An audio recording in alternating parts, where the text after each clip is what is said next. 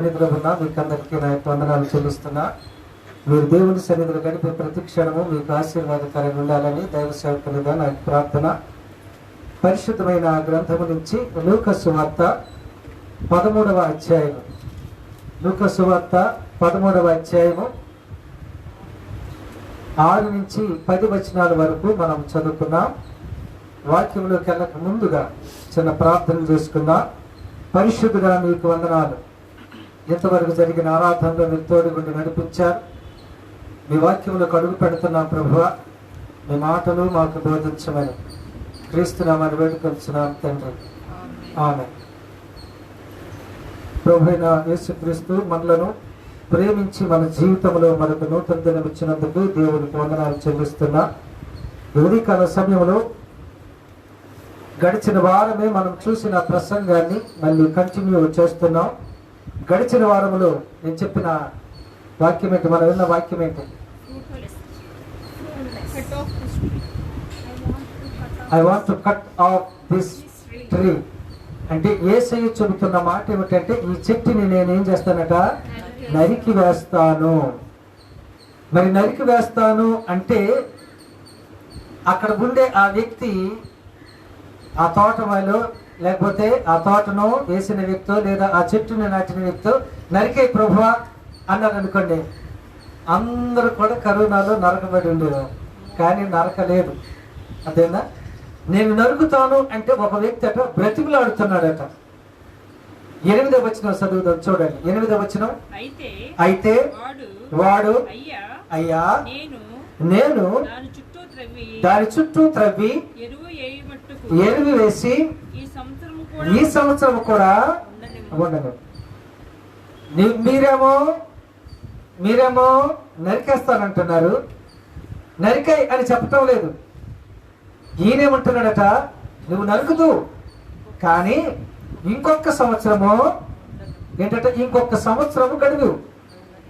అప్పుడు నేనేం చేస్తానంటే దాని మొదల్లో తవ్వి కదండి, నేనేం చేస్తానట, ఎరువు వేస్తాను. ఆ తర్వాత కూడా ఫలించకపోతే అప్పుడు చూద్దాం కదా. కాబట్టి ఈరోజు మన అంశం ఏమిటి అంటే, let it be alive this year too, లేదా also let it be alive this year also, లేదా let it be alive this year too. అంటే దానిని ఈ సంవత్సరం కూడా బ్రతకనివ్వు. దేన్ని? ఫలాలు కాయకుండా ఉండే చెట్టుని. దేవునికి కోపం వచ్చింది. ప్రభు అయిన యేసుక్రీస్తు మన తరపున బ్రతిమలాడుతున్నాడు. తండ్రి కోప్పడద్దు, ఈ సంవత్సరం కూడా దాన్ని 2021 కూడా ఉంచు. 2020లో కాయలేదు, ఏ కాయలు కాయలే. కానీ అప్పటికే ఎన్ని సంవత్సరాలు అయిందట? 3 సంవత్సరాల నుంచి కదా. మనం ఏదైనా తోట వేసాం, మామిడి తోట వేసాం, 3 సంవత్సరాల నుంచి అలా కాయకుండా ఉంటే ఆ తోటను, ఆహా తోట ఎంత మంచి మామిడి తోట అంటామండి. ఏమొస్తుంది? కోపం వస్తుంది. తోట మీద కోపం వస్తుంది. ఎంత ధనం ఖర్చు పెట్టామో లెక్క పెట్టుకుంటాం, ఎన్ని రోజులు తిరిగామో లెక్క పెట్టుకుంటాం కదండి. అది ఎంత శక్తిని ఖర్చు పెట్టామో లెక్క పెట్టుకుంటాం. అందుకని దేవునికి కోపం వచ్చినప్పుడు తండ్రి లేదా ప్రభు అయిన యేసుక్రీస్తు మన తరపున ఏం చేస్తున్నాడట? బ్రతిమలాడుతున్నాడు. కోప్పడిన వ్యక్తి ఎవరు? తండ్రి అయిన దేవుడు. బ్రతిమలాడుతున్న వ్యక్తి ఎవరు? ప్రభు అయిన యేసుక్రీస్తు. ఎవరి గురించి బ్రతిమలాడుతున్నాడంటే మన గురించి. ఎవరటండి ఆ చెట్టు?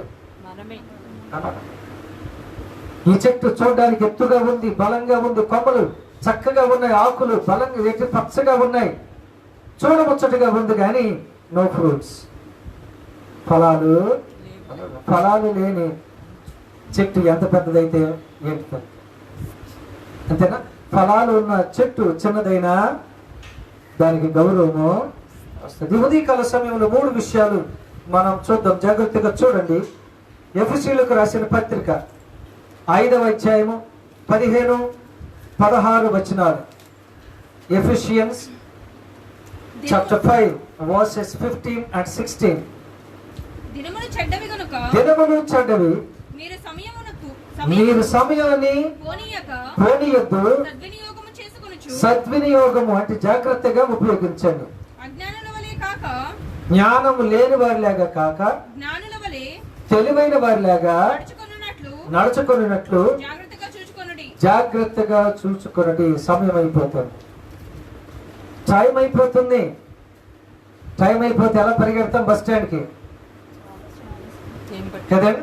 రెడ్ లైట్ లేదు, గ్రీన్ లైట్ లేదు, బండి ఏమవుతుంటదట, పరిగెడుతూనే ఉంటది. ఎందుకని? మన మనసులో ఏం కనబడుతుందట? బస్సు బస్సు బస్సు కదా. రైల్వే స్టేషన్ కూడా అంతే, పరుగులు. సమయాన్ని ఏం చేయొద్దు అంటే వృధా చేయొద్దని భక్తుడైన పౌలు చెప్తున్నారు. దేవుడు ఏ సమయంలో ఈ లోకానికి వచ్చి మనుష్యులైన మన దగ్గర ఆత్మ సంబంధమైన ఫలాలు చూడాలని ఆశపడతాడో మనకు తెలియదు. ఏ సమయంలోనైనా క్రైస్తవుడు నేర్చుకోవలసింది ఏమిటి అంటే నిత్యము అది ఫలాలు కాస్తూ ఉంటాడు. మనం ఏం చేస్తామో తెలుసా? సమయాన్ని ఎక్కువగా వృధా చేసుకుంటాం. భారతదేశంలో ఇది బాగా అలవాటు. ఫస్ట్ వన్ ఏమిటంటే I shall not waste my time. మొదటిది ఏంటంటే నేను నా సమయాన్ని వృధా చేసుకోను. ఇందాక సన్ని చెప్తున్నాను చూసారా, మనము ఎవరితో దేవునితోనే గడపాలి, దేవునితో ఉండాలి. అలా ఉండటం లేదు. కనీసం 2 గంటల 40 నిమిషాలైనా రోజు కట్టండి దేవునికి మనం ఇవ్వాలి. 2 గంటల 40 నిమిషాలు. ఇక్కడ మొదటిది ఏంటంటే I shall not waste my time. నేను నా సమయాన్ని వృధా చేసుకోను. నేను నా సమయాన్ని వృధా చేసుకో. మరి ఏం చేస్తావు వృధా చేయకపోతే? అంటే సమయాన్ని జాగ్రత్తగా ఖర్చు పెడతాం. అంతేనా? ఎవరికైనా ఎన్ని గంటలు? అంతేనా? భారతదేశ ప్రధానమంత్రికి అయితే 24. మచిలీపట్నం ఉండే వాళ్ళకైనా 24. ఎవరికైనా 24. ఖర్చు పెట్టే విధానం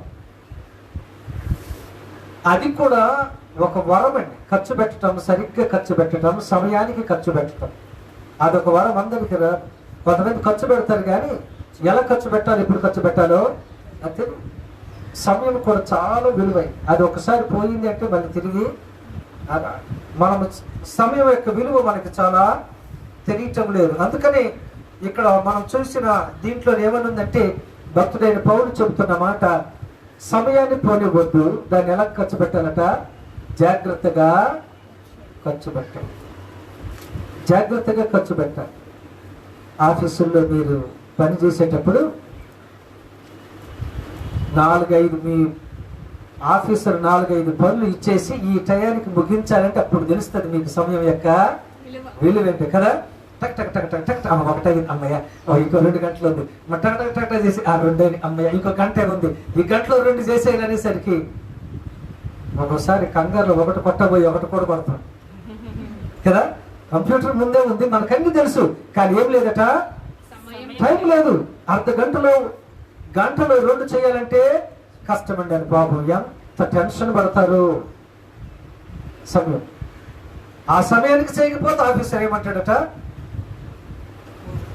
కొంచెం తిడతాడు, కోపడతాడు.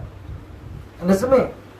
మానవ జీవితంలో మనము కూడా నేర్చుకోవలసింది విషయంలో ఒకటి ఏంటంటే సమయాన్ని జాగ్రత్తగా ఉపయోగించుకోవాలి. ఎందుకు అనేక మంది జీవితంలో వాళ్ళు ఫెయిల్యూర్స్ చూస్తున్నారు అంటే సమయాన్ని సరిగ్గా ఉపయోగించడం రాక. ఒక స్టూడెంట్ని తీసుకోండి, ఎందుకు దగ్గర మార్కుల గురించి నువ్వు చూస్తున్నావు అంటే మీ టీచర్ చెప్పింది సరిగ్గా సమయాన్ని నువ్వు ఉపయోగించుకున్నావు. ఎప్పుడు పాఠాలు అప్పుడు చదవండి అంటే నువ్వు చదవలేవు. దగ్గరికి వచ్చాక ఏం చేస్తున్నావు? పుస్తకాలు తీయటానికి కాదు, వెదకటానికి ప్రయత్నం చేసావు. అవి దొరికేసరికి 2 రోజులు అయింది, ఇంకొక రోజే గడువు ఉంది, అంతే. షాప్కి వెళ్ళావు, ఫ్లాస్క్ కొన్నావు, దాని నిండా టీ పోసావు, నీకు మొదలు పెట్టావు. ఏంటి? చదవటం. చదివి రాత్రంతా చదువు. మన బ్రెయిన్ కూడా కొంత కెపాసిటీ ఉంటుందన్నమాట. దాని శక్తికి మించి మనం అక్కడ ఏంటట పెట్టాలి అనుకుంటే అది పట్టదు. మీ షర్ట్ జేబులు ఉన్నాయా? ఆ షర్ట్ జేబు ఎన్ని వస్తువులు అయితే పెడతాదో అన్ని వస్తువులు దాకే అది ఉంచుద్ది, అంతేనా? దానికంటే ఎక్కువ మీరు పెడుతున్నారు అనుకోండి, ఏమవుతుంది? ఆ పెట్టినవన్నీ పడిపోతాయి. మన మెదడు కూడా అంతే. మెదడు సిస్టమేటిక్ గా జాగ్రత్తగా చాలా విషయాలు ఉంచుకుంటుంది, కానీ ఒకేసారి పంపిస్తూ ఉంటే అది ఉంచలేదు బయటికి. రాత్రి అంతా చదివి చదివి చదివి ఆ ఎగ్జామ్ హాల్కి వెళ్ళేసరికి ఏమొస్తుందట అండి? నిద్ర వస్తుంది, అంతేనా? ఈ ఒక్కొక్క అక్షరం ఏమో 2-3 అక్షరాలు లేక కనబడుతుంది. అది అసలు ఏంటో అర్థం అవటం లేదు. కారణం ఏంటంటే నీవు సమయాన్ని సరిగ్గా ఉపయోగించుకోలేదు. జాగ్రత్త. ఉదయకాల సమయంలో ప్రభువు మనతో మాట్లాడుతున్నది. ఇందాక సమ్మె చెప్పినట్టుగా ప్రతి దాంట్లోని 10వ వంతు దేవునిది ఇచ్చాడు. సమయం కూడా దేవునిది ఇచ్చాడు. విదేశాలకు మీరు వెళ్ళండి, సమయాన్ని ఎంత జాగ్రత్తగా ఉపయోగించుకుంటారు. అందుకనే వాళ్ళు ఏమవుతున్నారట? మంచి ఫ్లరిషింగ్. రాత్రి కూడా మనం చూసింది అదే. ఏంటట? ఏం చేస్తున్నారట? అభివృద్ధి, వర్ధిల్లుతున్నారు. ఆ వర్ధిల్లటం అనేది మన జీవితంలో ఎక్కడో ఒక చోట జరుగుతుంది, కానీ అన్ని చోట్ల జరగటం లేదు. దానికి కారణం ఏంటి అంటే సమయము. దేవుడు వేరే దేశస్తులకే కాదు, మనకు కూడా దేవుడు, అంతేనా? కాబట్టి ఉదయకాల సమయంలో ఇక్కడ మనం గమనించవలసింది ఏంటంటే I shall not waste my time. నేను నా సమయాన్ని వృధా చేసుకోవద్దు అని భక్తుడైన పౌలు కూడా చెబుతున్న మాట అది. మీ సమయాన్ని మీరు వృధా చేసుకోండి. రెండవ విషయం మనం చూద్దాం. చూడండి, రెండవ విషయం ఆదికాండం 26వ అధ్యాయం. ఆదికాండము 26వ అధ్యాయం 18-19 వచనాలు.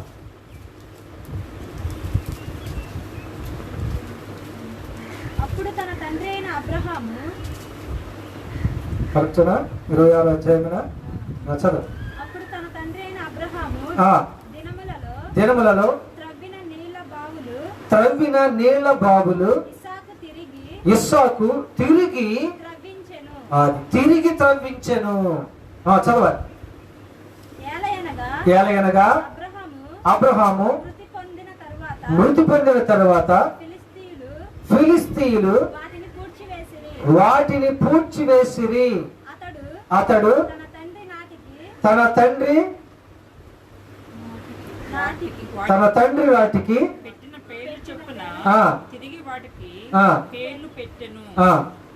మరియు జాగ్రత్తగా ఉన్నాడు. ఇస్సాకు దాసులు ఆ లోయలో త్రవ్వగా ఏమొచ్చను? జలలు గల. అంటే అబ్రహాము సమయంలో బావులు తవ్వించాడు, కానీ అది ఇప్పుడు ఏమైంది అంటే ఫిలిస్తీన్లు వచ్చి మూసివేశారు. ఇప్పుడు మళ్ళీ నీళ్ళు రావాలంటే ఈ మూసివేయబడిన మట్టి అంతా ఏం చేయాలట? మళ్ళీ తిరిగి తవ్వాలి. మీరు మొక్కను నాటారా? ఎదగటం లేదా? ఆ మొక్క చుట్టూ ఉండే ఏం తీసేస్తారు? కలుపు. Very good. ఎందుకని? దీని బలమంతా ఏం అవుతుంటదట? అవి లాగేస్తుంటారు. ఎక్కడికి వెళ్ళారంటే మీరు గమనిస్తాడు, కలుపు తీయడానికి వెళ్ళారు, అంతేగాని మొక్క పీకేయడానికి అని చెప్పరు, అంతేనా? ఆ మొక్క పక్క నుండి ఏం పీకడానికి? కలుపును తీసివేయడానికి. అదొకటే కాదు, అది అయిన తర్వాత దాని చుట్టూ కొద్దిగా ఏంటంటే తవ్వి ఏదో ఒకటి ఎరువు వేస్తారు. రెండవ పాయింట్ ఏంటంటే I shall dig again and dung it. నేను మళ్ళీ దానిని త్రవ్వి దానికి ఎరువు వేస్తాను. మొదటిది ఏంటట? I shall not waste my time. నేను నా సమయాన్ని వృధా చేయను. మరి ఏం చేస్తావు అంటే ఆ మొక్క దగ్గర ఆ చెట్టు మొదల్లో నేను మళ్ళీ చుట్టూ తవ్వి ఏం వేస్తానట? ఎరువు. ఇప్పుడు చూడండి, ఎరువు వేస్తే ఏమవుతుందట? అది ఇప్పుడు కాయలు. రైతు అంటేనండి, పెద్దలు అనేది ఏంటంటే రైతే రాజు. నాకు కంప్యూటర్ బాగా వచ్చు, నాకు టెక్నాలజీ బాగా వచ్చు అంటే టెక్నాలజీ తిని బతకవు, అంతేనా? ఎవరి దగ్గరికి వెళ్ళాలి? మనం ఎక్కడికి వెళ్ళినా రైతు దగ్గరికే వెళ్ళాలి. అందుకని పెద్దలు రైతే రాజు. నువ్వెంత రోజు ₹1,00,00,000 సంపాదించిన డబ్బు తినవుగా, అంతేనా? ఎక్కడికి వెళ్ళాలట? రైతు దగ్గరికి. రైతు దర్జాలు పడుకొని ఉండడు. మీరు గమనించారా? మీరు పల్లెటూరుకి కానీ వెళ్తే తెల్లారుజాము 3 గంటలకి, కొంతమంది తెల్లారుజాము 4 గంటలకి వెళ్ళేసి ఎక్కడికి వెళ్తుంటారట? పొలంలోకి వెళ్ళిపోతారు. ఎందుకని? అమ్మో చేను ఎలాగుందో, నీళ్ళు వెళ్తున్నాయో లేదు కదండి, ఎరువు సరిగ్గా అందిందో లేదు. ఎంత జాగ్రత్తగా వాళ్ళు చేసి అన్ని చేసి మన దగ్గరికి వస్తే అది బియ్యం రూపంలో మనం చక్కగా తింటున్నాం. అంతేనా? ఇప్పుడు ఈయన ఈ తోటను కాసి ఆయన అంటున్నాడట, తండ్రి నేను మళ్ళీ తవ్వుతా. అక్కడ ఇస్సాకు ఏం చేశాడట? ఆ పూడ్చివేయబడిన బావులను మళ్ళీ తవ్వెను. హి డిగ్డ్ అగైన్, మళ్ళీ తవ్వెను. తవ్వి ఏం చేశాడట? అడ్డంగా నీరు పైకి రానివ్వకుండా ఆటంకంగా ఉండే ఆ మట్టిని ఏం చేస్తున్నాడు? పక్కకి తీసేసి. ఇప్పుడు ఏమొస్తున్నాయట? కానీ నువ్వు తవ్వాలి మళ్ళీ. మన ఆత్మీయ జీవితంలో ఏవైతే ఆటంకకరంగా ఉన్నాయో వాటిని తవ్వి ఏం చేయాలట? పక్కకి తీసివేయాలి. మన జీవితంలో, ఆత్మీయ జీవితంలో చాలా ఉన్నాయి ఆటంకంగా. అవి ఏం చేస్తున్నాయి అంటే మనిషిని దేవుని దగ్గరికి రానివ్వకుండా ఆప్ చేస్తాయి. కష్టపడకుండా ఫలితము. ఈరోజు నువ్వు హీరోవు అంటే ఇంతకు ముందు నువ్వు ఎంత కష్టపడ్డావు. ఇంగ్లీష్లో ఒక మాట ఉంది, every successful person has a painful story. విజయం సాధించిన ప్రతి వ్యక్తి వెనకాల లేదా ఆయన జీవితంలో ఏదో ఒక కష్టకరమైనది. Every successful person has a painful story, and every painful story has a successful ending. మీకు అర్థమవుతుందని చెప్తా. ఈరోజు ఈయన సాధించాడు అంటే కూర్చొని ఉంటే సాధించలే. దాని వెనకాల ఆయన ఎంత పెయిన్ఫుల్ స్టోరీ అంటే ఎంత కష్టపడ్డాడో. చాలా కష్టపడ్డాడు. అందుకనే ఈరోజు ఆయన సక్సెస్. ఈరోజు ఆయన్ని తెగ పొగుడుతున్నాం. తమిళనాడులో ఒక ఆయన రైల్వే స్టేషన్లో పడుకొని ఆ రైల్వే స్టేషన్ టాయిలెట్స్లోనే మొహమ్మది కడిగి స్నానం చేసి కాలేజీకి వెళ్ళి ఐఏఎస్ ఆఫీసర్ అయ్యాడు. టీన్ అమ్మి ఆ ఇచ్చిన దాంట్లోని కమిషన్ అంటే ఈయనకి తీసుకొని ఆ ధనంతోని సెకండ్ హ్యాండ్ బట్టలు కొని కష్టపడి చదివి కలెక్టర్ అయ్యాడు. మన పిల్లలు ఒక ఫ్యాన్ అయితే బాగోదని 2 ఫ్యాన్లు ఒకేసారి వేసి దాని కింద కూర్చోబెట్టి, అది బాగలేదు అని వేసి దాంట్లో కూర్చోబెట్టి చదివిస్తే 10 సంవత్సరాలకి ప్యూన్ అవుతున్నాయి.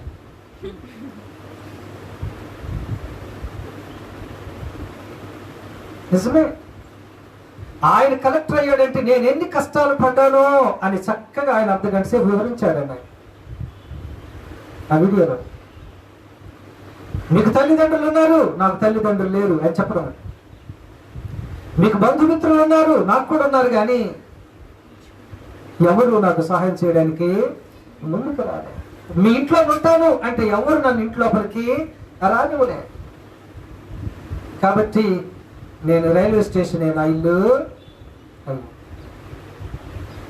ఆ రైల్వే స్టేషన్లో ఉన్న టాయిలెట్స్ ఏంటంటే నా టాయిలెట్స్.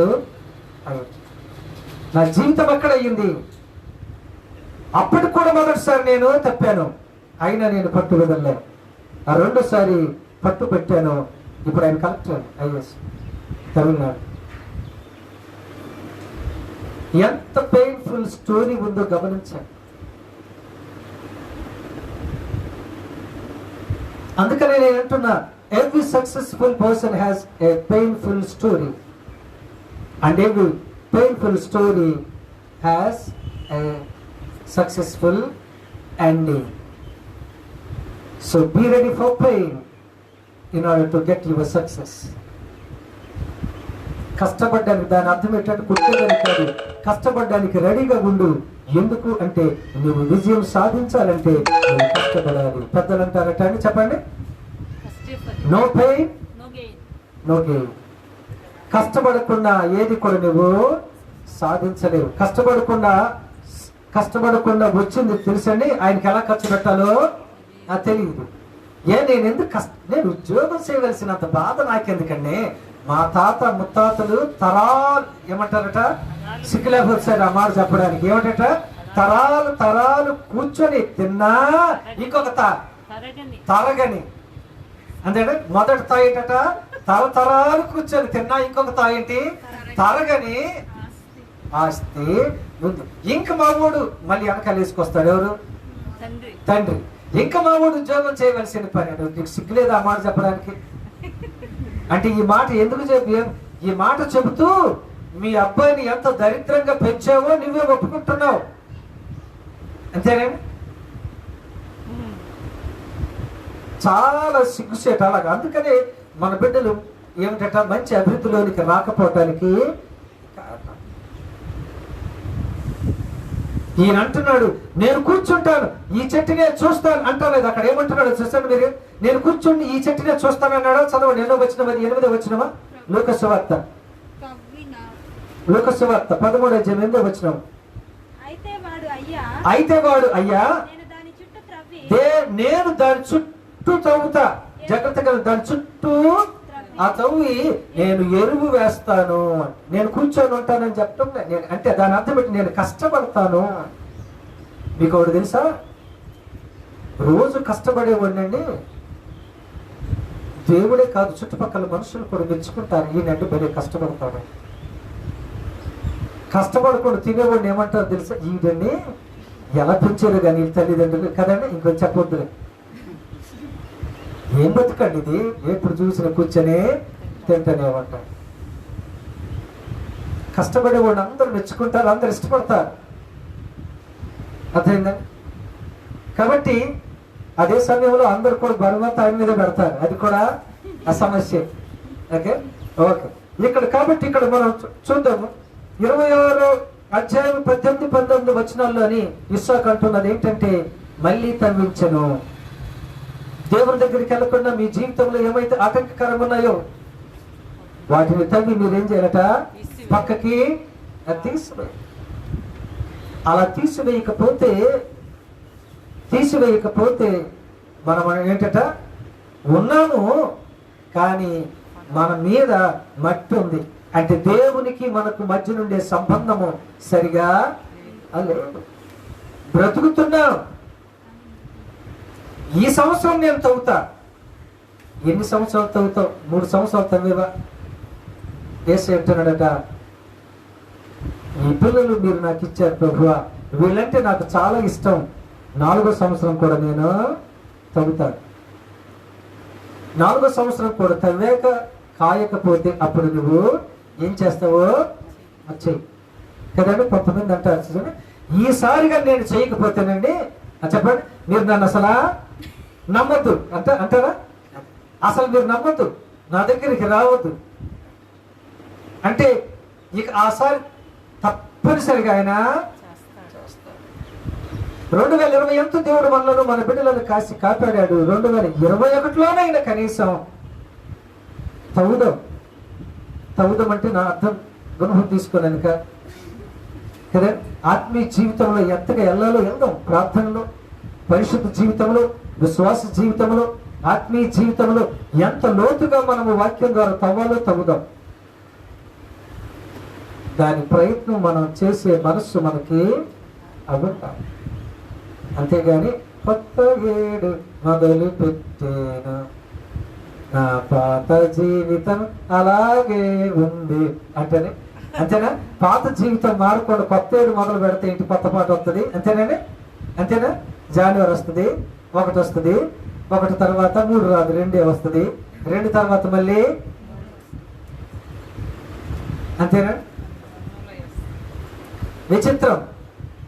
ఈ సంవత్సరం ఫిబ్రవరి నెల అంతా మీరు గమనించారా? అన్ని 4 4 4 4 గమనించారా?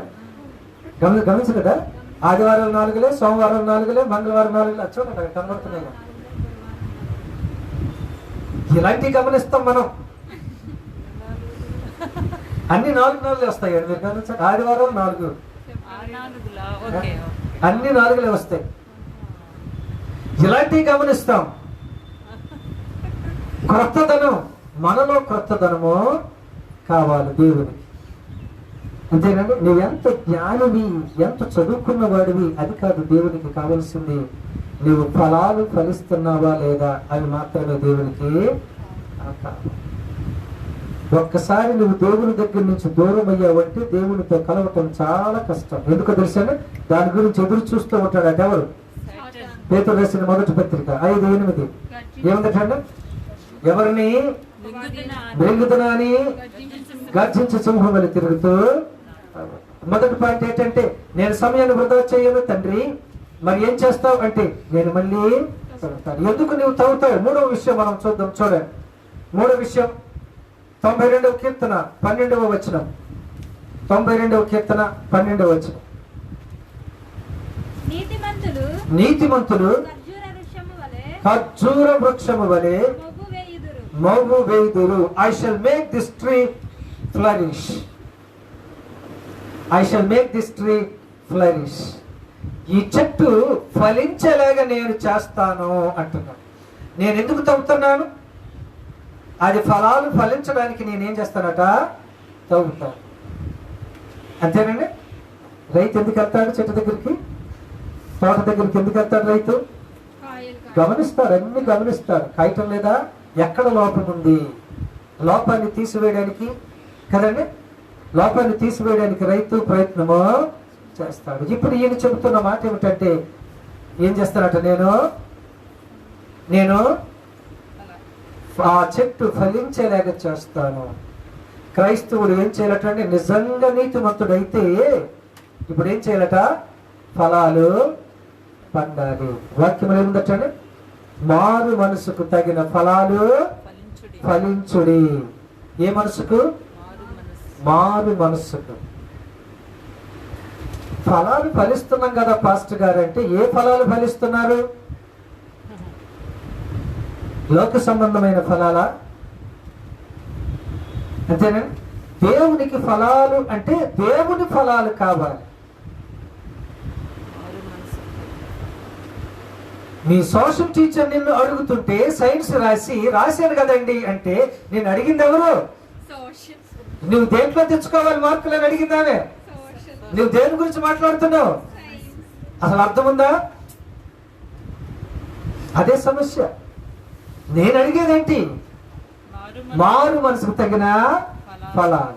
మారు మనసుకు తగిన ఫలాలు ఫలించుకుని పొలమని మంటేటంటే కాయలు కాసేస్తాయి.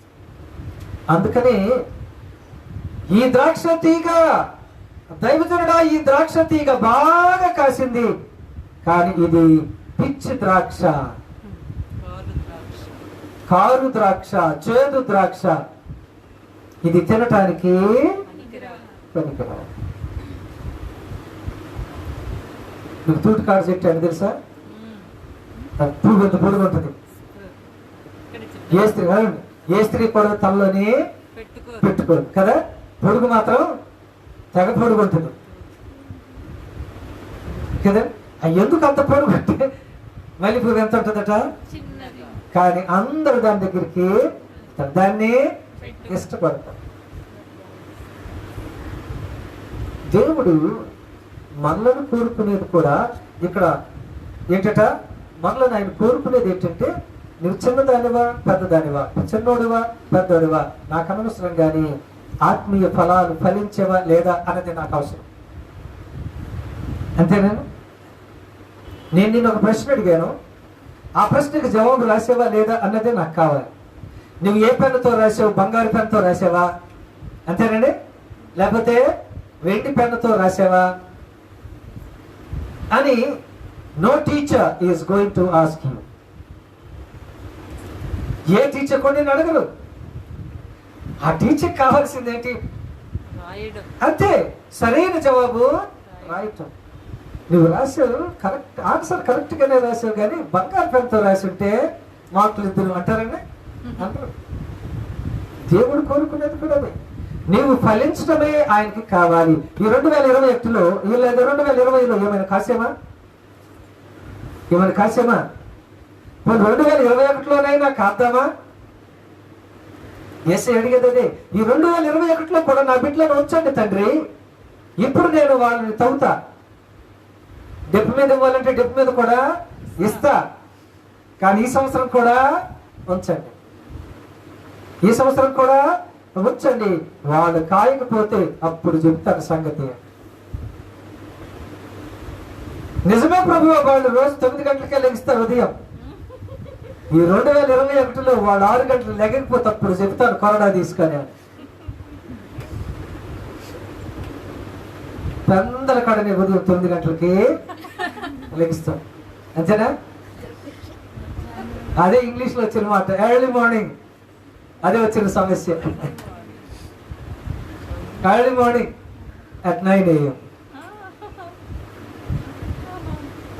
త్వరగా పడుకోండి, త్వరగా లేకండి కదండి. పెద్దలు చెప్పేది ఏంటంటే early to bed early to rise. తొందరగా బెడ్కి వెళ్ళండి, తొందరగా లేకండి. చూసారు, మీరు గమనించారా? పెద్ద పెద్ద శాస్త్రవేత్తలు, బాగా గొప్ప గొప్ప పేర్లు సంపాదించుకున్న వాళ్ళు మీరు గమనించారని తెల్లారుజామున 4-4:30కే లెగిసిపోయి చేస్తారు వాళ్ళు. అందుకని మంచి మంచి అభివృద్ధిలోనికి, ఆలోచనలోనికి, ఎందుకంటే ప్రశాంతంగా సమయము. దేవుడు చెప్పేది కూడా అదే. పెందల కాడ చీకటితోనే 3 గంటలకు 3:30కు లేచి గంటన్నర ప్రార్థనలో ఉండండి, ఆ తర్వాత మనం పడుకుంది. ఎందుకంటే అప్పుడు పూర్తి ఏకాగ్రత దేవుని మీద మీకు వస్తుంది. చదివేటప్పుడు మనం ఎవరిని అల్లరి చేస్తే ఏమంటాం చెప్పండి? చేయండి, గట్టిగా అల్లరి చేయండి, నేను చదువుతానంటారా? అల్లరి చేయద్దు అంటామా? ప్రార్థన ఏకాగ్రత రావాలంటే ఏం చేయాలి? ప్రశాంతత రావాలి. కాబట్టి 3వది, ప్రభు అయిన యేసుక్రీస్తు మన తరపున బ్రతిమలాడుతున్నాడు. తండ్రిని కోప్పడద్దు, నీ ఉగ్రత వీళ్ళ మీదకి రానివ్వద్దు, వాళ్ళ తరపున నేను అడ్డు నిల్చుంటాను. సిలువ మనం ఎక్కాలి, కొరడా దెబ్బలు మనం తినాలి, ముళ్ళ కిరీటం మనం పెట్టుకోవాలి, అంతేనండి. కానీ మనకును దేవునికి మధ్య యేసు అడ్డొచ్చి దాన్ని ఎక్కడ పెట్టానట? ఎక్కడ పెట్టాను? ఆయన భుజం మీద పెట్టి ఆయన మోసుకుంటూ వెళ్ళాడు. ఆయన అంటున్న మాట ఏంటంటే, this here definitely I shall make this tree flourish, I shall make this tree fruitful, I shall make this tree with fruits. ఈ చెట్టుని నేను తప్పకుండా ఎలా తయారు చేస్తానట? ఎలా తయారు చేస్తానట అండి? ఫలించేలాగా చేస్తాను. ఎలా చేస్తాను? ఎలా చేస్తాను? నా తిప్పలు నేను అపడతా. నిజమే, మన జీవితంలో చాలా సార్లు ఆత్మీయ జీవితంలో ఫెయిల్ అయి, దేవునికి దూరమై, ఆత్మీయ జీవితంలో పడిపోయి, ఇప్పుడు ఏమంటున్నమాట? నేను తిరిగి వస్తాను, తిరిగి కడతాను కదండి. ఇప్పుడు ఫలాలు ఫలిస్తాను. ఆత్మీయ జీవితంలో ఫలాలంటే ప్రార్థన, పరిశుద్ధత, ఆత్మీయ జీవితం, విశ్వాస జీవితం. ఒక్క మాటలో చెప్పాలంటే దేవునికి ఇష్టకరమైన జీవితమే ఫలము కదండి. దేవునికి ఇష్టకరమైన జీవితమే ఫలం. అలా ఫలించాలంటే మనం ఏం చేయాలి? యోహాను సువార్త 15వ అధ్యాయం ఏమనుందటండి? 4వ వచనం 5వ వచనం 5వ వచనం సరే. ద్రాక్షవల్లి నేను, తీగలు మీరు. ఎవడు నా యందు నిలిచిందనో, నేను ఎవరి యందు నిలిచిందనో వాడు బహుగా ఫలించును. ఎందుకు మన జీవితంలో బహుగా ఫలాలు ఫలించలేకపోతున్నామంటే దేవుల్లో మనము లేము. లోకంతో ఒకటైపోతావా అని ఒక భక్తుడు పాట రాశాడు. లోతు భార్య వలె వెనుదీస్తావా? నువ్వెవరితో ఒకటైపోతున్నావట? లోకంతో ఒకటైపోతున్నావు. లోతు భార్యలాగా వెనక్కి అడుగు వస్తావు. అంటే లోకాశలు నీకు ఇంకా చావలేదు. ఒక భక్తుడు చెప్పిన మాట ఏంటంటే, ఇజ్రాయేల్ ప్రజలు ఐగుప్తును విడిచారు కానీ ఐగుప్తు ఇజ్రాయేలును విడవలేదు. You got my point? Israel ప్రజలు ఐగుప్తు దేశాన్ని విడిచారు కానీ ఐగుప్తు మాత్రం ఇజ్రాయేల్ని విడవలేదట. అక్కడ కాకరకాయలు కేకరకాయలు బలిగుండే మాంసం తినేవాళ్ళం. ఈ తింటున్నప్పుడు కొరడ చల్లని వీపును పడేది, పడితే పడింది కానీ మాంసం మాత్రం తినేవాళ్ళం. వాళ్ళ మనసు ఇంక అక్కడే. మనం కూడా చాలాసార్లు కదా 2020 అయిపోయిందా? అయిపోయింది. కానీ 2021లో ఏదైనా ప్రత్యేకత ఉందా? ఈ 3 చెప్పి యేసయ్య అంటున్నది ఏంటి అంటే, ప్లీజ్ వెయిట్. అప్పుడే నా బిడ్డను ఈ చెట్టుని నీవు నరికి వేయు. అంటే అర్థం ఏంటి? Jesus Christ is requesting of God for forgiveness. క్షమాపణ గురించి అటండి యేసయ్య తండ్రిని అడుగుతున్నాడట. క్షమించు తండ్రి, ఈ సంవత్సరం కూడా క్షమించు. ఎన్ని సంవత్సరాలయ్యా అంటే, నిజమే నీకు కోపం రావటంలో తప్పేమీ లేదు. వాక్యము అనేక రూపములో ప్రజలకు తెలియబడుతుంది. రేడియోలు, టీవీలు, సేవకులు కదండి, పత్రికలు. ఇలా ఎంతసేపు చెప్పినా, ఏ రూపంలో చెప్పినా వాళ్ళు ఇంకా ఫలించడం లేదు. అందుకని మీకు కోపము రావటము నిజమే, సహజమే. కానీ నా ఏ మొహం చూసి అంటారా? అలాగే అంటారండి, అంటారా? నా మొహం చూసి వదిలి, నా ముఖం చూసి క్షమించు. ఫిలోమోనుకి ఏం చేస్తున్నాడటండి? ఫిలోమోనుకి ఏం చేస్తున్నాడట? ఏం రాశాడు పౌలు? ఉత్తరము రాస్తా. అంతేనా? ఏమన్నట? ఇదిగో నీ దగ్గర నుంచి దొంగతనం చేసి నా దగ్గరికి పరిగెట్టిన వచ్చిన వ్యక్తిని తిరిగి నీ దగ్గరికి పంపిస్తున్నాను. నా ముఖము చూసి ఆయనను క్షమించు. నా ముఖం చూసి ఆయన క్షమించు. ఆయన చేసిన తప్పే కాదని నేను చెప్పటంలే. కానీ ఒక దైవ సేవకుడుగా నన్ను నువ్వు బాగా గౌరవిస్తావు. ఆ గౌరవంతో నా ముఖాన్ని చూసి ఆయనను క్షమించు అంటున్నాడు.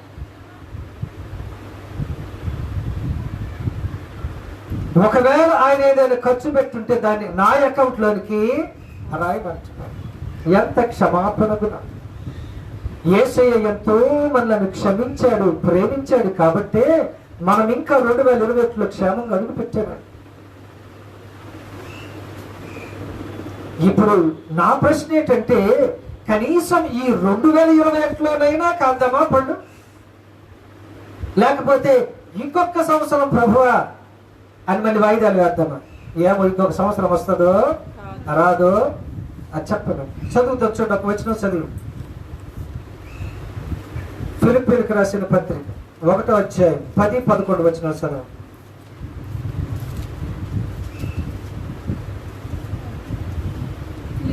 Philippians chapter 1 verses 10 and 11.